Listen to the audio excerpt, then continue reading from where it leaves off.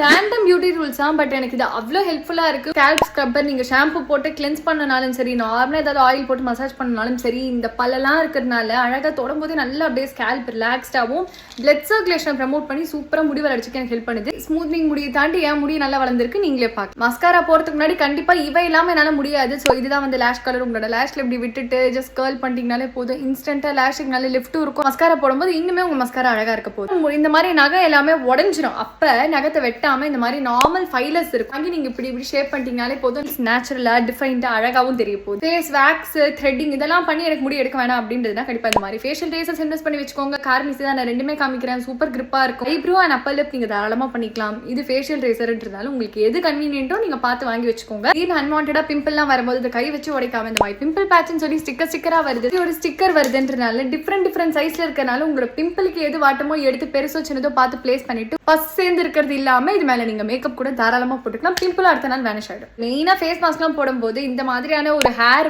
போ எனக்கு ரொம்பவே ஹெல்ப்ஃபுல்லா இருக்கும். யூஸ் பண்ணிக்கலாம். கிளாத் மெட்டீரியல்ன்றதுனால முடிய பிடிச்சி இழுக்க போறது கிடையாது.